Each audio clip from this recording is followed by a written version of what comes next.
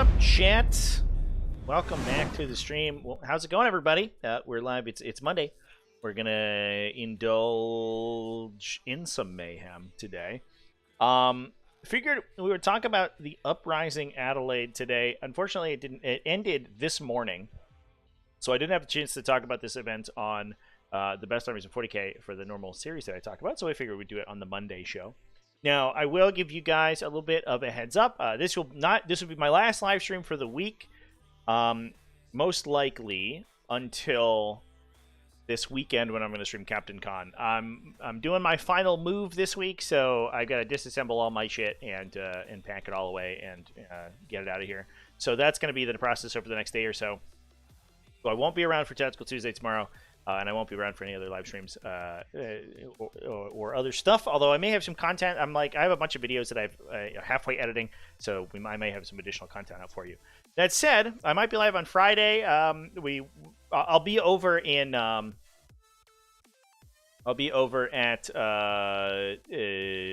Captain Con to set up, so I will be there doing normal setup stuff. So we might, if we have a chance, to probably do a Breach Storm stream over on Friday or something like that, potentially. Can't handle it. Need more content. Oh, no. I'm sorry. I'm sorry. Philadelphia, 5 degrees warmer. Hell yeah. Let's go. That's a little super change. Although they got snow last week, apparently. I didn't get any snow, so I don't know. I don't know about all that. We'll see. But that's what's going on over here. So exciting stuff happening. Get a new little studio to play with, and yeah, figure out what the content looks like once we're over there. But that's gonna take me a week or two to settle in for sure. So it'll be a little bit funny. Why do I not stream my TTS games on YouTube? A couple things. The audience interaction on Twitch is more interesting and fun. Also, I get I get a lot of negative response when I stream TTS on YouTube for whatever reason. I basically get like, I don't know, like dislike bombed and people react very negatively. So I don't tend to do that. If people want to see my TTS content, I have, it's available on YouTube, but not on the main channel, basically, because people tend to, I don't know, people don't like me, so it is what it is. But yeah, we were just streaming over on TTS over on the Twitch channel as well. But Twitch is like, I don't know, it's nicer. There's more interesting like integrations you can do in Twitch, so it's like more interesting. We have sound alerts and emojis and text-to-speech stuff, and all that stuff is fun. More difficult to do that on YouTube, obviously. It's like I think largely a community. All right, chat. So should we talk about this event? So this is the Uprising Adelaide. This is the biggest event in Australia, at least, or one of the largest events in Australia. An enormous event, ran 8 rounds, 178 players was the final tally. We almost hit that like 200 plus level, super major level event, but an absolutely enormous. This was streamed by the Australis TWN, Tabletop Wargaming Network, I think is the TWN. I was in the chat room for their videos for a little bit. Very nice setup they got going on over there. So if you want to see the games for the event, you can go check them out for all the live streams. But yeah, some pretty wild results. The big one is that Chaos Demons won with a scintillating Legion, which blew my goddamn mind when I read it. I was like, that's insane. We also got some Deathwatch returning to sort of the top tables here after LVO. Obviously, we've already seen some good results from Deathwatch, and they're continuing. A bunch of Space Marines, which is not too surprising. But we also have Grey Knights, Necrons, Tyranids, all at the X and 1 level, and those are what we're going to be discussing today. So yeah, I'm excited. I think the results from this event are really cool, and it's always interesting to talk about Australian TTS, or 40K, because they tend to have a very different metagame than we would expect out of like US or Europe. Donation goal for a TTS hot top stream. Yeah, it'll just be, I'll make it like a hot tub mod in TTS, and then we'll just stream in that.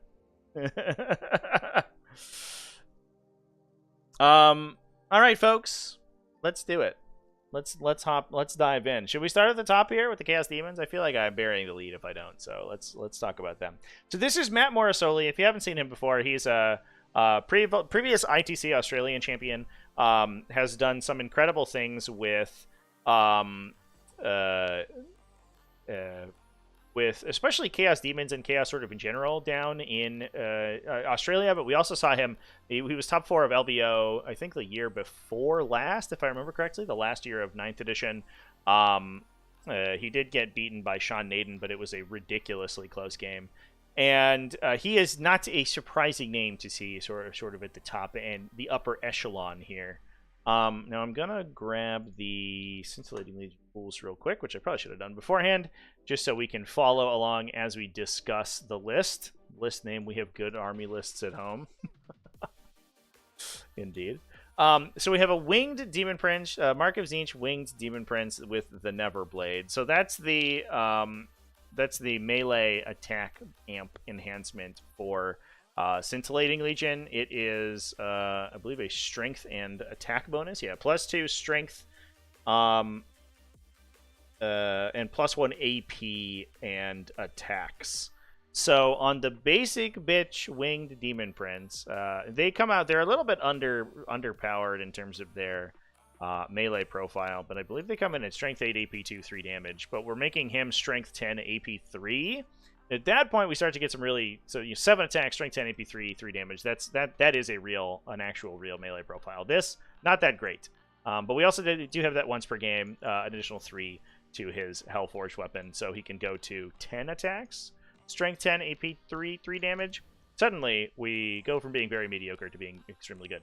He also has a 6-shot gun as well, although the Infernal Cannon is not that exciting. You get the additional 3 attacks from being a Tzeentch Demon Prince, but it's kind of whatever, honestly. It's probably the least exciting of the bonuses that you can get off of the different Demon Prince marks. That gun is it's uninspiring, but it's nice to have. It's a nice little buff.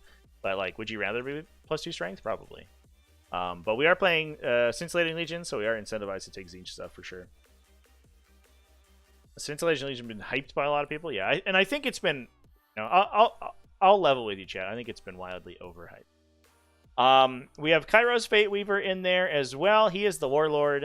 If you can take him as the Warlord, he's usually the Warlord pick because the other stuff tends to play a little bit more aggressively. Maybe not the Infernal Puppeteer because he can kind of do whatever he wants at any point. But Kairos has an indirect fire weapon, so if you're playing against something like Knights, you can really sort of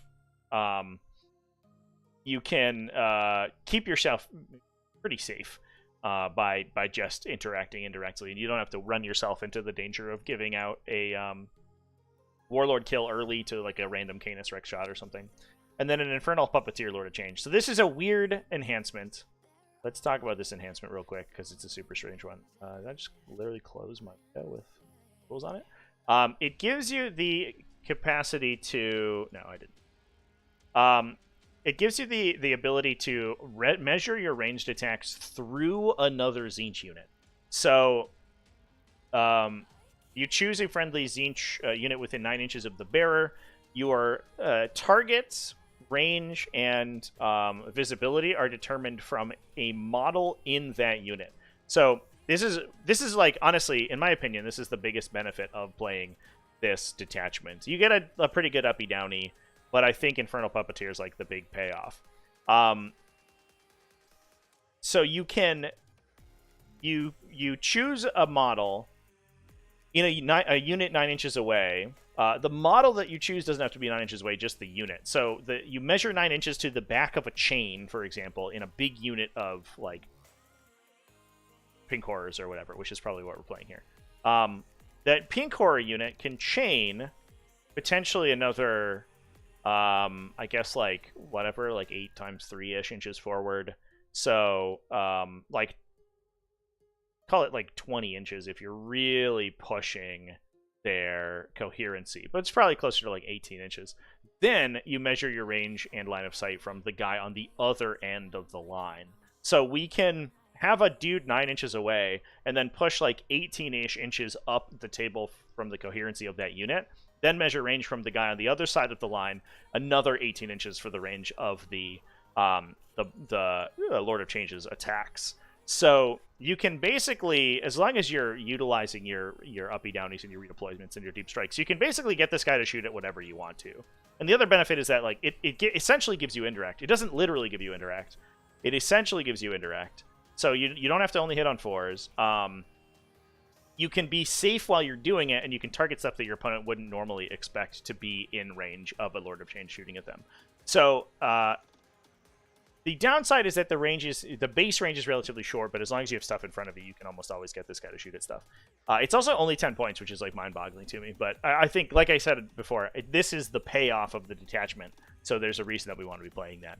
So we have a pretty good melee character. We have essentially two indirect fire characters, and Kairos Fightweaver is going to give us a ton of CP back, because basically the entire army is going to be affected by his CP regeneration.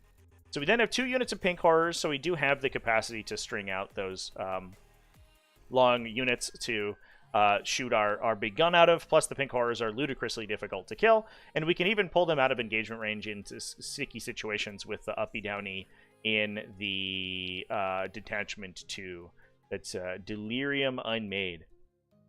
We can pick anyone not within engagement range, any Tzeentch unit not within engagement range to up-down, or we can put 2 units from engagement range into up-down if we spend a flex token, which is almost always what you want to do.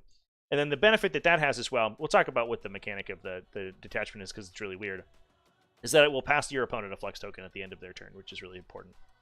We then have a Plague Bearer unit, 2 Burning Chariots, and looks like a bunch of Flamers and a bunch of Screamers.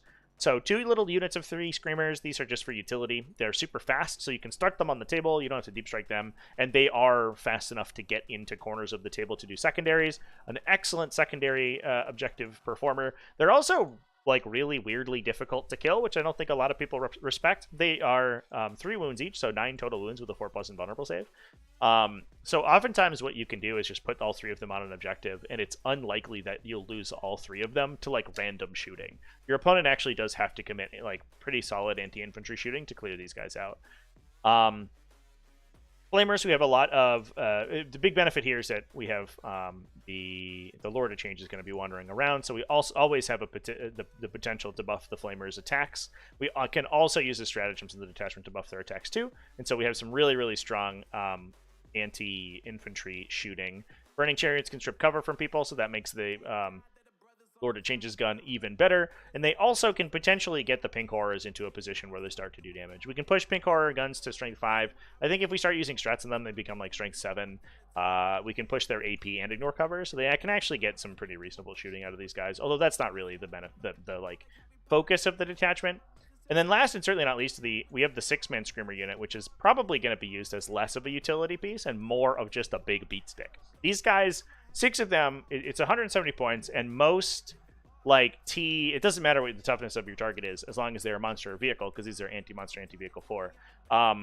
Most enemies, if you can put a gunshot into them, you'll kill, like, a 10 to 12 wound chassis on the charge with a big Screamer unit like that. If you can move over them to do mortal wounds, they'll average 3 mortal wounds on you, and that makes their potential damage even better. So they actually act as, like, another melee punch in addition to the Winged Demon Prince. So what are we doing with this detachment? The detachment ability is really weird, and actually I don't know how much we're going to be spending our flex tokens on this army, because we don't have too much that we really have to use them for. Essentially, you can use what are effectively command rerolls. There's a little bit more of a restricted use on them. Advanced rolls, hit, wound, damage, saving throw, or hazardous test for your Tzeentch units. You can reroll to give your opponent flex tokens. Your opponent can then spend those flex tokens to reroll themselves. It's only advanced hit, wound, or saving throws for them, so they have a more limited sort of range of things they can spend them on. And when they do that, they pass them back to you. However, if they are holding on to any, you will gain additional flex tokens that then enter the flex token economy, which is why building armies around this Delirium Unmade stratagem is so important. So we're going to end up basically every single one of the opponent's fight phases, we're going to pay a CP, and then this lets us pay a flex token as well to pass one to the other player, and then pick 2 units up even out of engagement and go into reserve. Interestingly, that strategic reserve it doesn't require you to come back in the next turn. So, and everything in the faction deep strike, so we can deep strike them whenever. But that also means that we can strategic reserve them and then hold them for later, or rapid ingress them. We don't necessarily need to sort of keep them in the fight. But then that will automatically pass a token to your opponent, which will then generate a new one for you to use. Sure. As the other player, usually what you end up doing is just holding the tokens until you really need them as the opponent, because if this demon player is committed to using the tokens to use them sort of at the end of your turn, they're always going to be generating new ones, and so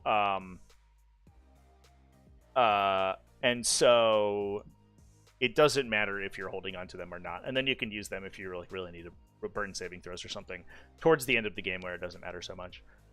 Going second, I think, as into a Scintillating Legion actually sounds like kind of the GOAT, because you can just like burn all your flux tokens at the end of the game, and your opponent can't really do much about it, which is funny. I guess you can trade them to them, and then they can spend them on saves, but obviously you are potentially just adding additional damage to your stuff. So it's a weird detachment ability, but the other thing that we can use it on is buffing our other stratagems. So importantly, we can get +2 strength or +3 strength and +1 AP if you spend a flex token. So that's how we start to push our little pink horrors to go like really crazy. And we can also get like a strength 13 that Infernal Puppet guy can be firing at strength 14, AP 3.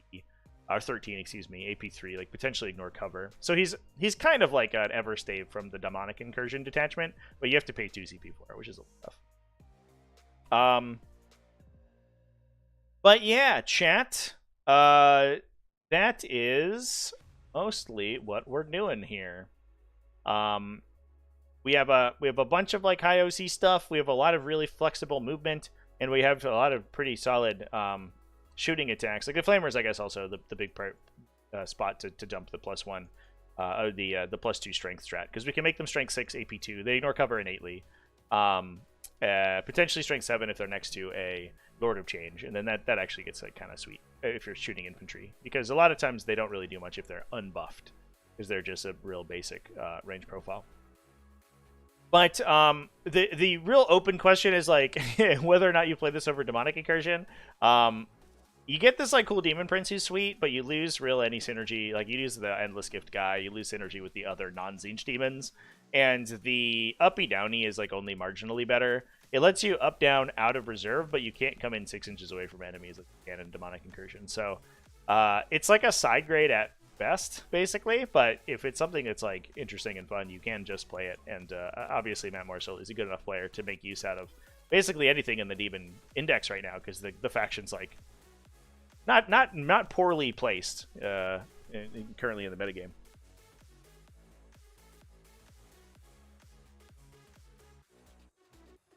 The enhancement generates additional flux tokens, chat. You always generate a flux token if your opponent has one. In your command phase, if your opponent has one or more flux tokens, you gain 1. The enhancement gives you an extra 1. So you don't need the enhancement to do the basic thing. And like the basic thing is that you spend some flux tokens, your opponent hoards them, then at the end of their turn, you save 1, pay it at the end of their turn to automatically give them 1.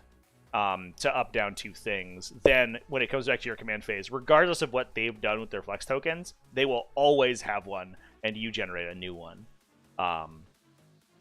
So that just happens naturally. You could spend 10 points for the extra enhancement where you get more of them, but it's like it doesn't seem really necessary to me. I think beyond buffing the stratagems, the flex token mechanic is like not that exciting. If demons had better profiles, then they would be, I think, more excited about it. But a lot of times they're attacking with these little like D3 damage, flat 3 damage like attacks where you don't care that much about like burning a bunch of resources on rerolling them.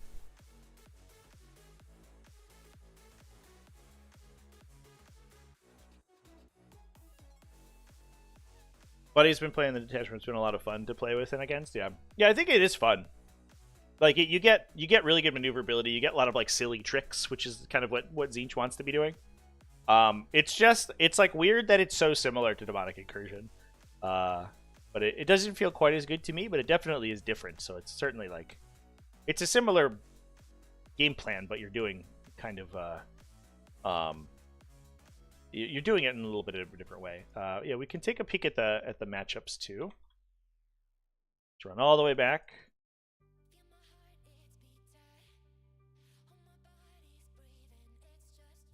Beat Orcs. Relatively close game round 1. Being able to pull out of engagement is probably a big deal there, because Orcs can't really play a like a super hardcore like aggro game. You're also able to like alpha them basically wherever with the big Lord of Change guy, and then the Flamers are really good in that matchup too. That's not too surprising. As long as the Flamers are by the Lord of Change, by the way, chat, they get +1 strength from his aura. So even if you like push the Flamers out, right? You like burn a transport with the Infernal Puppeteer guy, nuke the unit inside the transport with the Flamers. They come back in to fight the Flamers, but as long as you've chained back to the Lord of Change, you're firing 6d6 strength 5 shots back at them. So you're probably good for like 10 dead orcs on Overwatch as well, which gets really awkward to like counterpunch into.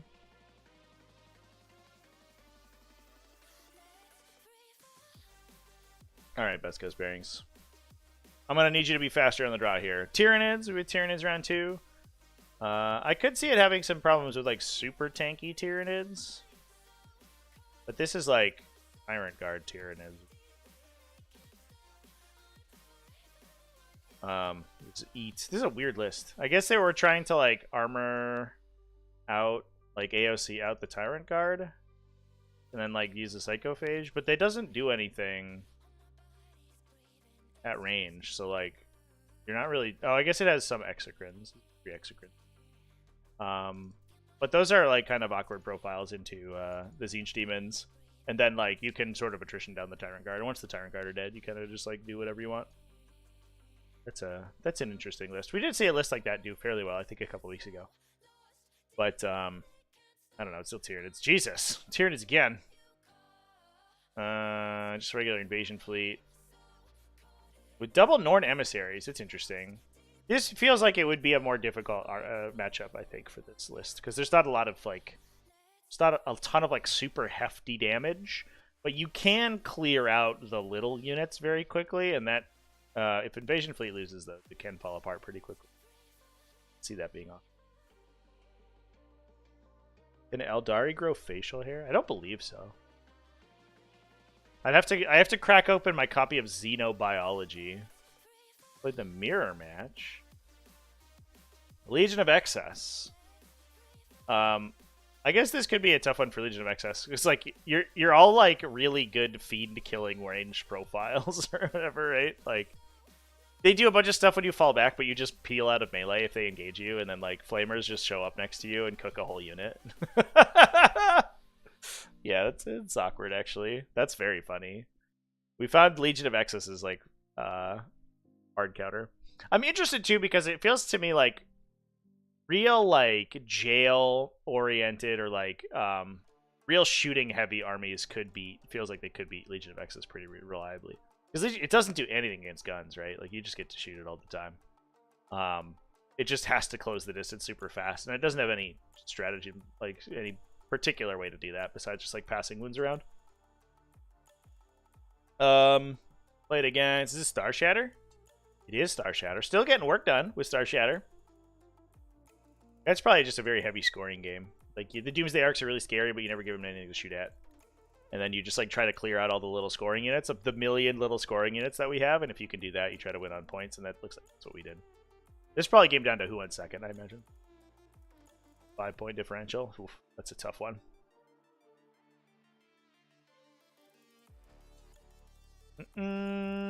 Another mirror. Jesus Christ. On Plague Legion this time. Okay. The mirror match. It's at least it's not a Be'lakor mirror with Plague Legion, but the mirror match has to be the fucking like if you're playing Plague Legion, you're just like, I hope to God I dodge Chaos Demons, because they're all like, they all have a bunch of Battle Shock payoffs for taking Battle Shock checks and bonuses to make their Battle Shock checks. If you have Be'lakor, this feels like such a fucking nightmare, because you're just like, hey, you're a bunch of like slow idiot demons that I'm gonna attrition down, and then I'm gonna give myself rerolls on all my Battle Shock checks and +1 to pass them. So like it doesn't really matter that much. That feels like so scary and sad. That's a weird like mismatch. hey, I can force 5 Battleshock checks on you. Like, okay, well, they'll heal me, so enjoy that. Oh, boy. Astra Militarum was the next one. 2-point win on round 7 against Reese Cunningham. Fucking holy shit. Bridgehead Strike, too. I'm very curious into how this game goes. Because this Bridgehead Strike feels like it has kind of the silver bullet to Chaos Demons, but I guess not necessarily the pink horrors, because it's Tempest Scion unit can probably knock a pink horror unit in one go, right?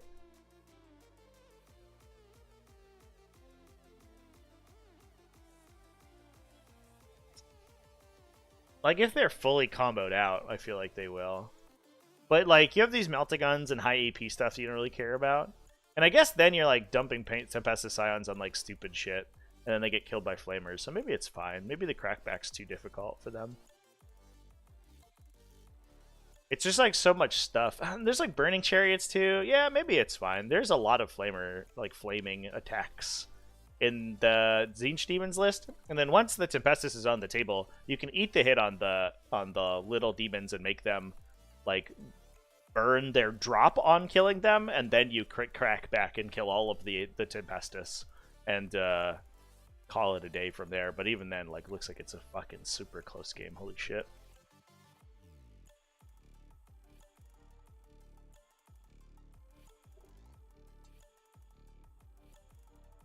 And then final round, Chaos Demons versus Deathwatch. That's the Chaos Demons list. We'll talk about this list in a second here, chat. So let's actually we'll dive into that one in a moment. That looks like a super close game too. Although the downside is that Deathwatch can punch like AP and ignore cover super far, but the downside is that they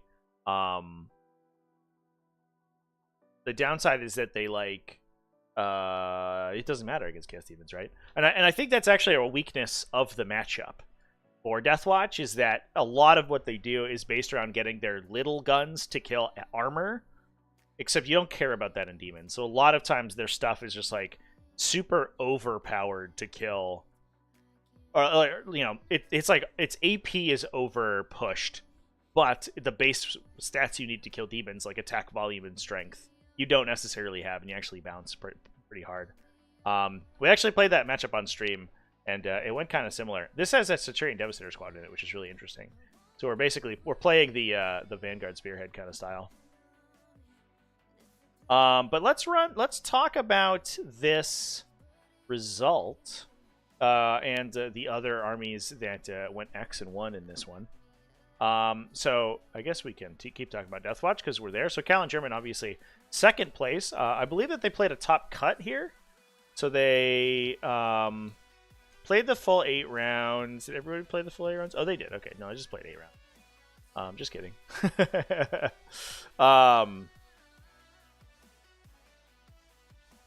So this included a Thief of Secrets, Gravis Captain, a Phobos Librarian, a Phobos Lieutenant with Beacon. That's interesting. With Reavers? Or with the Spectrus kill team? Is it the Spectrus kill team? Huh. That's actually fascinating. So he gives you the shoot and scoot. I guess you have 2 shoot and scoots at that point, right? And then he also gives you the free rapid ingress, and does he give you? It gives you deep strike and naturally, I believe. So you can go into strategic reserve and then constantly be breaking. Is that right? But we have a Phobos Librarian too. Where's he attaching? Oh, infiltrators probably. That's really cool. I guess it begs the question, right? And I imagine that it works correctly, but a lot of people have sort of asked this, and I don't think it's ever been really clarified. It's like, what happens if you have 2 essentially identical triggers, right? Because they both the Spectrus kill team, with the Instigator Bolt Carbon, which we have, and the Lieutenant have after shooting move triggers. I think that the way that it works is that you just declare both triggers simultaneously and then order them and then resolve both of them. But there have been some questions over like whether or not, is this a surge move?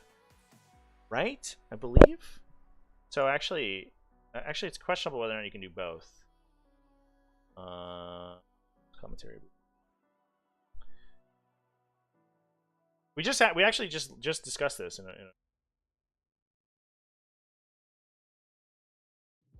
is this not updated on what?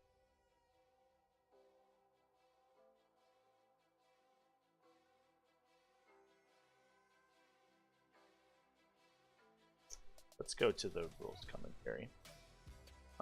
So I actually believe that they don't stack, but we're just taking that guy for the cheapest incarnation of Beacon Angelus that we can, because the Instigator Bolt Carbine reactive move is always going to be better than the Phobos Lieutenant's reactive move. But yeah, we actually, I forget what context this was in, but somebody pointed out that surge moves basically cover anything. We'll stop. But I'm gonna double check. It's right though. It's like a weird one.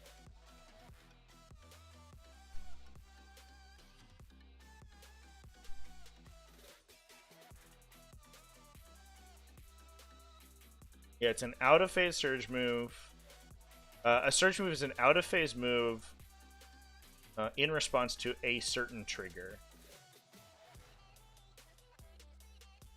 The example given is that when your models are destroyed by ranged attack, but otherwise, surge moves cannot be made once per phase. Oh, interestingly, cannot be made while battle shocked.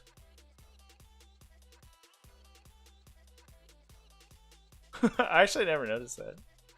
I guess that is an important part of the ability for things like a Cursed Cultist unit, but it does mean that you can't stack two shooting scoots on top of each other.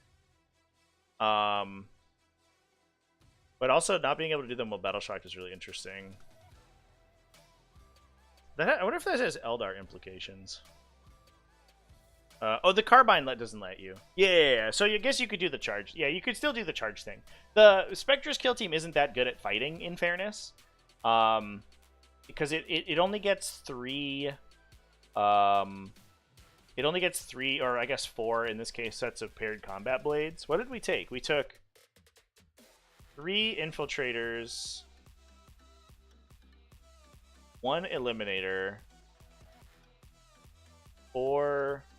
It's so hard to read these. 4...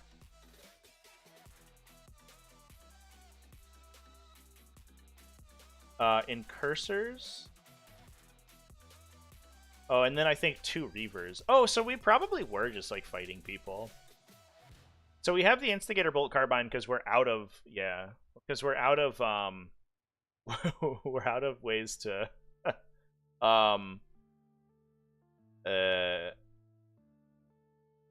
we're out of special, like, unique guys to take. But we have 4 sets of paired combat blades, and then 2 sets of the just normal combat knife, plus the lieutenant's paired combat blades. So it's actually not unreasonable, and we get some pretty good, like, lethal hit, like AP shooting out of the unit too.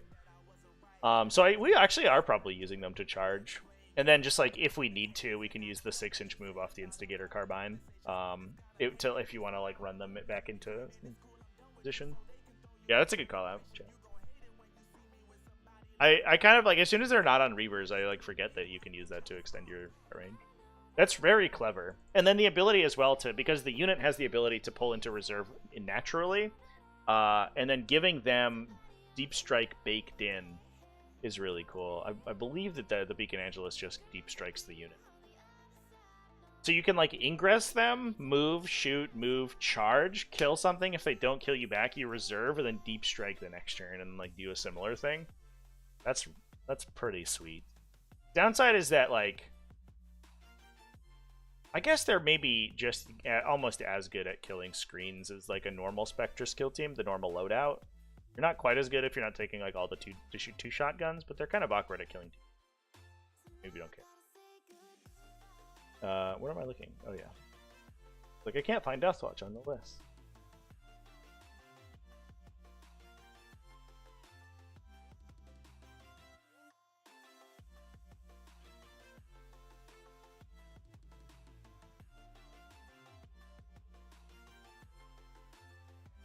Yeah, Models in the Bears unit have deep strike, so they can strategic reserve all the time, and then they just deep strike innately. So you also have like a turn 1 uppy downy in addition to the. That's also important because we're taking the Centurion Devastator squad, so that's not a kill team. So if we're paying the CP to up down that, we can't up down anything else. So having it access to that on the Spectre's kill team all the time too is important to keep the maneuverability that you really need to make Deathwatch super powerful. And then we also just have like 2 Indomitor kill teams fucking off. This list is cool. This is cool as hell, chat. Plus 2 units of Assault Intercessors for utility, Deathwatch Veteran Intercessor Squad for utility. So we have a Phobos Librarian, so you can't shoot the Infiltrator Squad. Combo Weapon Lieutenant, so we have a lot of like Lone Operative and like kind of invincible units, plus like Gravis Captain.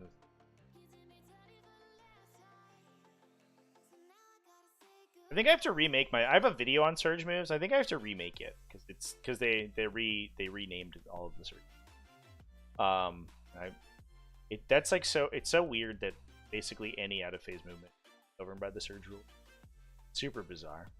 But that is gonna. I'm sure that comes up at some point where somebody's like, "I'll use my shoot and scoot," and you're like, "You're battle shocked." Does the Here's a question. Does the Eldar? I'll look this up real quick. Does the Eldar?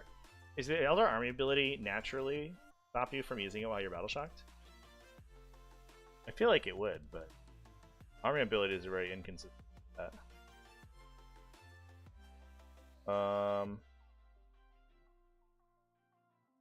Oh. So you can't use fade back or opportunity seized while you're battle shocked. What that means, which is very fascinating. Which I'm sure is going to come up at some point.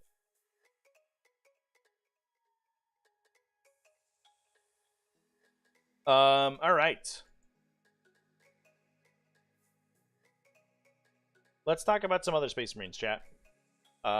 Joshua Brody was playing Raven Guard. Wait, actual Raven Guard, chat? I did not read the X1 lists beforehand, which I clearly should have, because we should have put Cave and Strike on the thumbnail. Get to know if somebody tries to fade back when battle shocked. Yeah, so that's for sure gonna come up, right? When the Eldar Codex comes out, they're gonna be like, "Oh, it's not a stratagem, so I can still do it," and you're like, "Technically, it's a trigger movement out of phase." Even uses the word trigger. Yeah, each time one of the triggers shown, you can spend a battle focus token to enable an agile maneuver. Yeah. That would be wild if they rolled that the other way.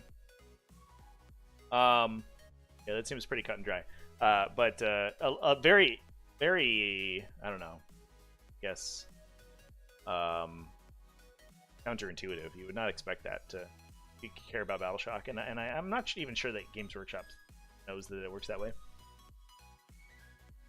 So you can't. Yeah, we have determined that as the current rules is written, you cannot use these 2 agile maneuvers while you're battle shocked, because those are triggered out of phase movements, which then become surge moves. Can't be done while battle shocked.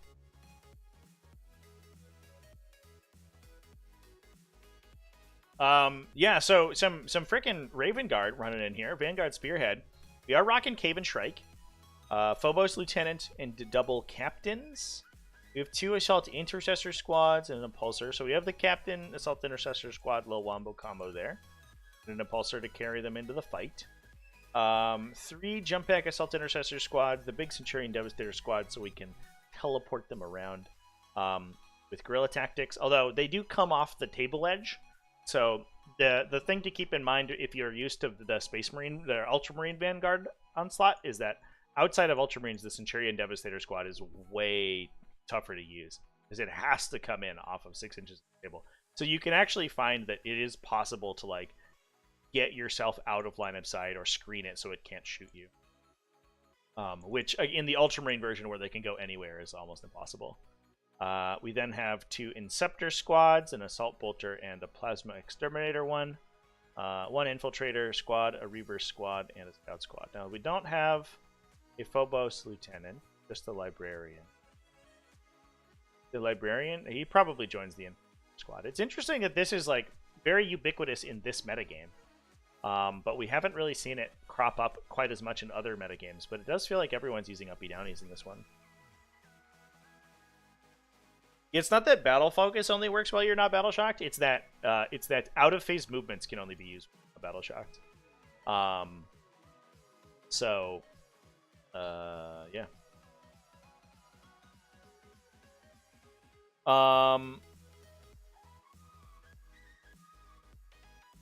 Cool. Well, this is sick. I guess the interesting question is if Cave and Trike is playing by himself. It kind of feels like he probably is. He doesn't have any big squads to jump into. The Reaver squad is also probably just playing on their own too. You could join the Phobos Librarian into them to make them harder to shoot at, but then they lose Scout, so you actually lose a lot of usefulness out of those guys. But I think they're probably in there just as a little bit of a forward operator, and you can like flip objectives really easily. They have that anti-OC aura.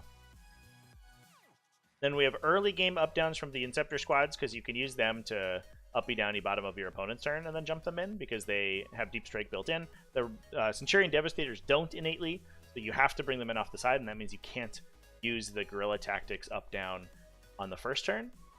And then we have like just Cave and Shrike running around. PewDiePie, that little guy. Kind of a standard Vanguard Spearhead build, but it is cool that it's Raven Guard rather than playing the boring old boys in blue. Didn't think about battle focus being one of the moves. Yeah, I didn't even think about it that much easier until I considered putting two reactive move effects in the same unit.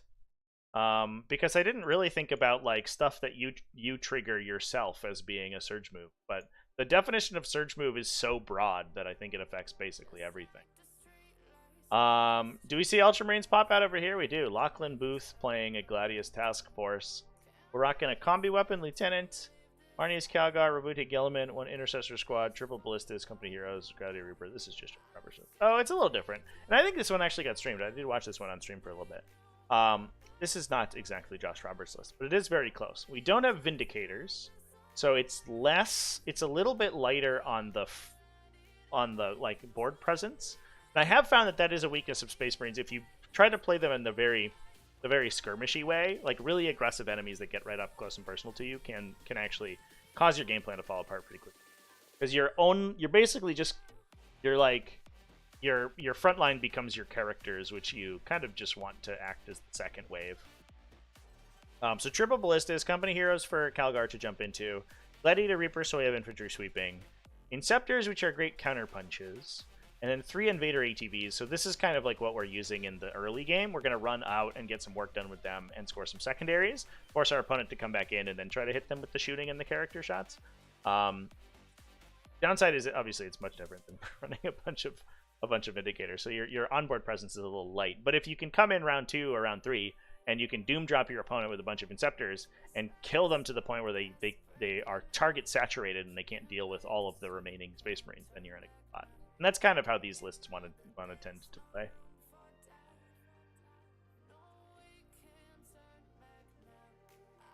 Do I think it's Rose's intended? No.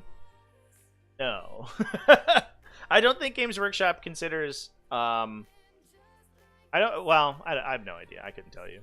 I would be surprised if Games Workshop has considered that things other than Blood Surge style effects are like by the strictest definition surge move.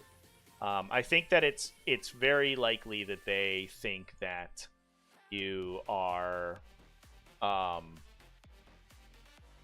that like a surge move means a surge move. I don't know, and other kinds of out of phase movement are not, but the definition is like so ridiculously broad that I imagine that they thought they intended reactive moves to be surge moves, but I don't know if they intended proactive stuff to be surge moves. But it's just any surge move that's like any move that's used in response to a trigger, which is basically anything. I don't know.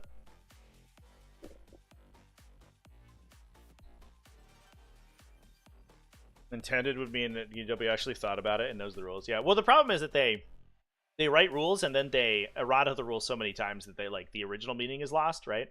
Because I think previously Like they keep trying to blanket change rules, and then that creates like a lot of the weird stuff. Like, is it broken if a Spectre skill team can use 2 shoot and scoot moves in a row? I don't think so. It's really good, and you probably see them played a lot, but is it broken? I don't know. But there are few other position situations in which that would matter.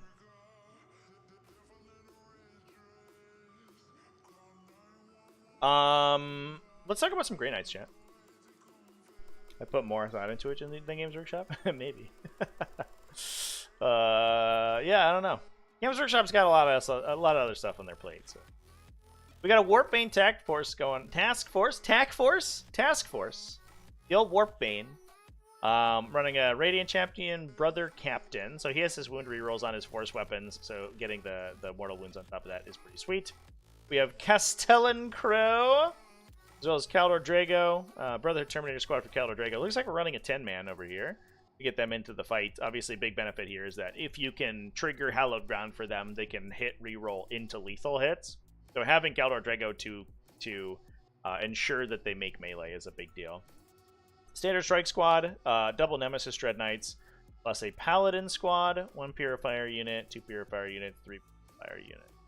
And that is what we got. It's 2 little 5s and a 10, probably for Castle and Crow to jump into. And then the Paladin Squad is usually for the Brother Captain. Downside is that the Paladin Squad is really hard to deliver in this detachment, but they are difficult enough to kill that usually you can just kind of play them really aggressively. You can start them in Deep Strike and Rapid Ingress and eat some shots, and it's fine, and then just wanders onto an objective. I think a lot of people are just playing him because that Radiant Champion is so strong on that profile that you might as well put him into the list and also put him in a Bulwark unit and act as kind of a follow-up to the Brotherhood Terminator. I like this build, and we watched this build almost exactly at Everwinter. I think this is almost the identical list that we saw at Everwinter. And it had so much late game, it was crazy. The Nemesis Dread Knights would jump around in skirmish and eventually go down, but then once you're down to just Drago and the Purifiers and the Brother Captain, the amount of damage that those models deal is crazy. Very surprising for Grey Knights, which tend to be pillow-fisted.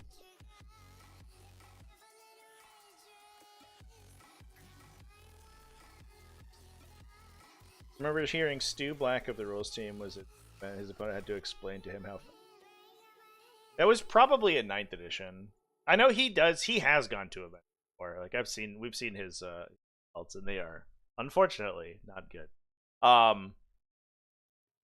But a 9th edition Fight First was an insane nightmare. It's much easier now. But you had 3 fight phase steps, and they would cancel, and you had first and last. If they canceled, they would go to normal. But if you had multiple of any one, they wouldn't stack. So if you had 2 instances of fight first and a fight last, you would still go to normal. And then the order in which you selected the fighters was different, based on it wasn't always defender starts. So it was attacker starts on fight first, then defender starts on fight normal. It was a fucking mess, dude. It was crazy complicated. I'm really glad it's changed. We get some Awakened Dynasty going on over here. Tyler Walsh playing. He's repping the old woke boys. The Fight Last Order from Death Guard. Yeah. Yeah. I do appreciate that they've just give it things that make you fight last now just make the unit itself fight first. But it does. I do miss the level of positioning that it required to play around that stuff last edition. It would be cool now if we could bring back 9th edition, all the cool overlapping auras from characters, but we bring in 10th edition, you could move through your own guys. Because one of the problems that you would run into issues maneuvering your models because they had to go around each other. That was kind of a nightmare. But now that you can go through your own guys, it's so much easier. It makes those really tight positioning, positional tactical fights really interesting. Although the mechanics aren't really conducive to them in 10th edition at all, so it's a little sad.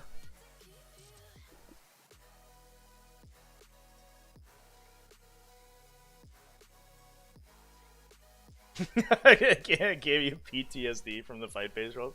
I'm sorry. I'm sorry. Yeah, they were really bad. I'm glad that they are not like that anymore. This list has 20 units. It's like a lot. 2 Dread Knights and no Nemesis. Don't know Grandmaster Nemesis. No. The downside in Warpbane Task Force, to go back to the other list if I have it open, which I don't. The downside in Warpbane Task Force is that you don't have any movement amps, so the Nemesis Grandmaster actually ends up being really super slow. You also will typically get reroll hits on your Nemesis Dread Knights anyway, and you can pay a CP for reroll 1s to wound. So you don't even actually really need the Nemesis Grandmaster. If you do the strat, then you get like 90% of the Grandmaster's once per battle round aura, like ability, and you're way faster than he is because you're on the table and advancing and shooting and charging. So like you don't lose that much taking the Nemesis Dread Knight over the Grandmaster. All right, let's talk about this Awakened Dynasty list. We've got Illuminor Ceres, Imhotech, Hexmark Destroyer ×2, a Veil of Darkness Locust Lord. I wonder if we're putting him into maybe a Medic Exterminators. We have a Plasmancer, Scorpic Lord ×2. One has the 4+ Feel No Pain. So I think a lot of times you start seeing this guy play by himself. He just wanders around the table and he's a second little Illuminor Ceres. So you have two of these characters that are like, high toughness, right? Toughness 7 to 8, whatever they are, 7 to 9 wounds. I think that's where Illuminor Ceres is at, with a 4+ Feel No Pain, 4+ Invulnerable Save, and then when you kill them, they respawn. So like you have these two characters that are they're so difficult to kill that they're basically lone operatives, right? They're like little tiny Great Unclean ones. They're actually Illuminor Ceres is actually not, I guess, that far off from being as hard to kill as Ed. Which is, when you think about it, is fucking insane. But that's kind of how the math works out. Because he's like 18 wounds, essentially, and you have some spillover. He's just not T12, is the only... Assuming that you use the strat on him to generate. Which you always will. He's really tough to kill. And then 2 more regular Scorpic Lords, and then a Technomancer, Nether Realm Casket with it, which is the stealth buff, I think? An Immortal unit, double flayed ones, triple Scorpic Destroyers. So we are just attaching the Scorpic Lords, most likely, then, in that case. Plus a Locust Destroyer, Locust Heavy Destroyers, yep, and Medic Exterminators for the redeployment guy. So we can bounce them around the table. Canoptic Wraiths, be another big punchy unit, and then Reanimator for when we do all the animations to get double reanimates off of them. This is like a Walter Langendorf special kind of deal. We have a couple like super tough characters to kill. We have a couple big bricks of stuff, and then we're running these like 3 Scorpic Destroyers up the middle, and then they'll sort of like they'll do kind of the killing blow, right? Because they'll do their impact damage, then hit you pretty hard. You'll kill them, they'll regenerate their Scorpic Lord, and then do it again. Pretty sweet.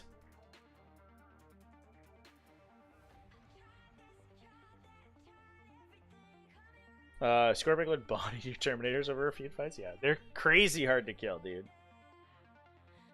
Seen people with the list not attached to Scorpic Lords. Yeah, we saw Prospero playing like that at Everwinter, actually. He was very explicitly not attaching his Scorpic Lords. That was Starshatter Arsenal, though, so he was just using them for to be Aura Caddies. But I've definitely seen it on the other guys. It's interesting because they give you lethals, right? Which is like kind of not that good of a buff. But I think the big benefit is that the Scorpex give them reroll hits and the devastating wounds from the Plasma Sight. So it's like the Scorpic Lord is better when he's attached to the unit, but the unit doesn't really get that much of a benefit from him. Because usually the turn you go in, because you're expecting to get the die on the crackback, the turn you go in, you use your devastating almost immediately, and then every lethal hit you roll does not benefit from the devastating. So there's just like a weird anti-synergy. I wonder if like he would have been better with giving sustained hits or something to the unit rather than lethals. I don't know if like when they were designing these data sheets, because these are early data sheets, I don't know if they had really considered the anti-synergy of lethal plus devastating. Pretty sweet to see some Awakened Dynasty do well, though. I think it's certainly the most annoying attachment out of Necrons. I don't know if I'm as scared of it as I am in like the big Star Shatter, but Star Shatter got nerfed so hard that it's probably not that scary. I think it's Awakened is probably the best. Could also be a matchup thing. Yeah, that's also true. All right, last X1 of the event here. Chance Stuart Trainer, rocking some Invasion Fleet. Is this the list we looked at earlier? No, this is a lot of models. Shit. We rocked a Hive Tyrant with Adaptive Biology, so the Feel No Pain. Neuro Tyrant with Alien Cunning, so that's the redeployment.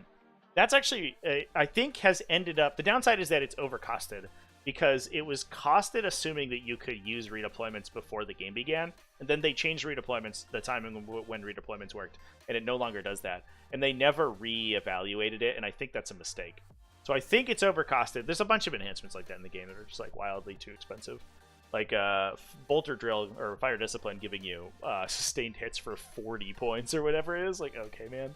I could just buy a character who does this for almost as much as the enhancement itself. And I think Alien Cunning is on that level. But what the cool thing that it does is that a lot of times with Tyranids, what you're doing is you're trying to get into these big shooting matches with other people's vehicles. And so what you can do is like you can deploy your big monsters really aggressively. And force your opponent to consider that placement of them, and then you redeploy them into a position where like literally nothing can ever attack them on turn one. It also lets you like fix your deployment mistakes with the big bricks as well. So like being able to like shuffle 20 Hormagaunts around based on where your opponent's Overwatches are, or like where your other models ended up going, makes it way easier. So it's much better than you give it credit for. I do think that it's too expensive. But I think it's still good in the context of Tyranids that are an army that's like almost entirely based around shooting you guns from big huge monsters. Scorpic Lord and 6 squads held your Chaos Knights army in deployment for 2 turns. Brutal, dude. That sucks. I'm sorry. So happy your codexes are coming out after GW understood their own rules. Yeah. Yeah, I mean, the Eldar Codex is like, it's like so cool, man. I don't know. Hopefully it's not broken. It feels like it will, maybe, but like the amount of internal synergy in that codex is really, and it sucks to be the early codexes where you're like Tyranids or whatever, or Necrons, and it's like you're trying to like getting any sort of like, you know, useful synergy out of the codex is like squeezing water from a rock or whatever. Got 2 units of Gargoyles, 2 units of Hormagaunts, and a big brick of 20 Hormagaunts. We can play around with Endless Swarm to regenerate these guys. But obviously, we're mostly using them as screens and to keep opponents off of primary scoring. So most of the Tyranid army, and especially an Invasion Fleet, doesn't play very aggressively. So you want to be constantly keeping your opponent down to 0s or 5s on primary. And then... you can kind of swing that into a win in the late game with the big monsters as they get up in the fight, because that lets you play much more conservatively as early. We have a Biovore, 2 Lictors, double Maleceptors, and a Norn Emissary. So we have like a backline here, really a tough stuff as well. The Norn is nice in this detachment because it actually gets a pretty significant buff from the detachment ability. It's like melee attacks aren't that strong, but it does have a lot of them because it swings 10 times with multi-damage attacks. So like into infantry getting sustained hits is a big deal, and into vehicles getting lethal hits is a big deal. So it synergizes very well with the detachment. The one weird anti-synergy is that it has a 5+ Feel No Pain on an objective, and is probably the unit that you would want to put Rampant Regeneration on. But Ryan G donated $5 through Super Chat. Army that's almost based entirely around shooting Tzeentcvh, still throwing shaded assimilation swarm. What? It's a real detachment. What are you talking about? I swear. What, are you a crazy person? That's not true at all. The Assimilation Swarm is entirely shooting detachment. It's like extra shooting. Because all you do is you take some fucking Tyrannofexes, and you shoot your opponent with them, and then they shoot you back, you 0 the damage, then you get hit the second time, 8 damage, and then heal them back to full. It's just another shooting detachment. That's the whole deal. Every Tyranid army is a shooting detachment. They're shootier than fucking Tau, dude. It like you never do any damage in melee. It's all guns all the time, forever and ever and ever. But yeah, because Tyrant Guard bricks are bad. They just died. Just gonna die. Assimilation Swarm, I think it's probably real. I will not accept the Tyrant Guard bricks are good though. I refuse. I will never do it. Until they beat me like really badly one time, and I'll be like, okay, well, fair enough. But they're just not that hard to kill. I think people think that they're so hard to kill, but like any actual reasonable anti-tank will kill the entire unit. And then you won't be able to regenerate them. Shootier than Tau isn't really a high bar. yeah. I think that's a statement on the status of Tau, to be fair, which is a little bit weird. But I don't know if we've seen people unlock Auxiliary Cadre yet, because Auxiliary Cadre, it seems, at least based on my very limited exposure to it, it seems like very broken. But it also seems like it could, it could run into some problems with sort of aggro stuff. Cool. Anyway, that's Tyranids. So that's all the X1s, chat. Talked about them. This was a really cool top 8 for this event. Weird fucking Chaos Demons, not Legion of Excess, which is what we would expect. All the Space Marines, we did have one Ultramarines, which is kind of normal, right? But we saw Deathwatch going pretty well. Fucking Raven Guard, dude. Excuse me, what? Awakened Dynasty Necrons plus some Tyranids and some Grey Knights. That's sick. So love the the level of diversity up at the top end, at least of this event. We'll see if that continues on to other events. It seems like things have, obviously Space Marines are a little overrepresented right now. I think that's just how it's going to be. People are always like, man, everyone complains when Space Marines are good because they think everyone's going to play the whatever is good, and you're like, yeah, it's Space Marines. You're going to see a million people play them. And we are seeing that with an overrepresentation in top 8s, at least compared to other factions. Probably not proportionally. I think so many people play Space Marines that it makes sense, but it is what it is. It is at least nice that we see 3 separate chapters. One of them is entirely non-compliant with totally unique units, which is cool. Which definitely feels good to me. The issue with Auxiliary Cadre is that it's insanely CP heavy. The point that your army shuts down if you don't make your ethereal 4-ups. Well, first of all, it's not let your opponent attack your ethereal. Ethereal, does he have to be on the battlefield to generate CP? He doesn't, right? You could just keep him in reserve until round 3 and then hang out in a corner.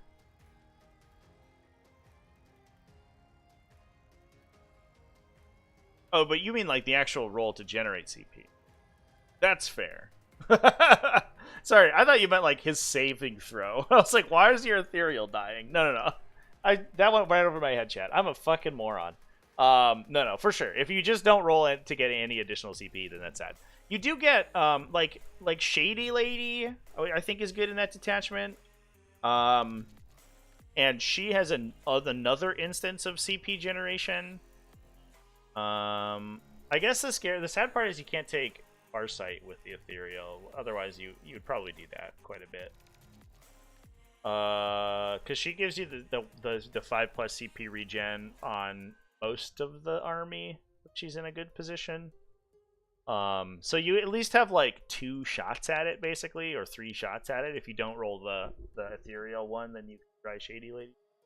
And she's often played in that detachment because you take a bunch of stuff that she benefits. But yeah, I don't disagree. The CP problem is tough, and I think that's true of most of Tau, right? I don't think that's particularly unique to the Auxiliary Cadre detachment. Yeah, he can marker light now. That's actually sick. I do like that. That felt weird because he could take marker drowns. They just didn't literally didn't do anything for him. And it was always it was kind of a gear check too, because you're like, oh shit. I just can't do this thing that's really important for my... Shadow Sun's more useful if you're taking tanks over broadsides. Yeah, I agree. But this might be a controversial opinion. I think the tanks are better. But I'm not. I don't main Tau, so I'm probably not as well informed as somebody who plays Tau all the time. But the tanks are like, they're just so efficient. Like, I don't know. They're such a boat of wound for relatively inexpensive and have a bunch of baked in rerolls. I think it's awesome. But anyway, chats. And they're faster, much faster. That's also good. I think I'm gonna go ahead and wrap things up there, folks. I have a lot of work to do. And I just got so much shit to do. So between like today and tomorrow, I'm basically packing up all my shit and then transposing it, and then we're rocking over to Captain Con right after. So I will see you at Captain Con. I might be live on Friday. I'll certainly be live on Saturday and Sunday for all that stuff.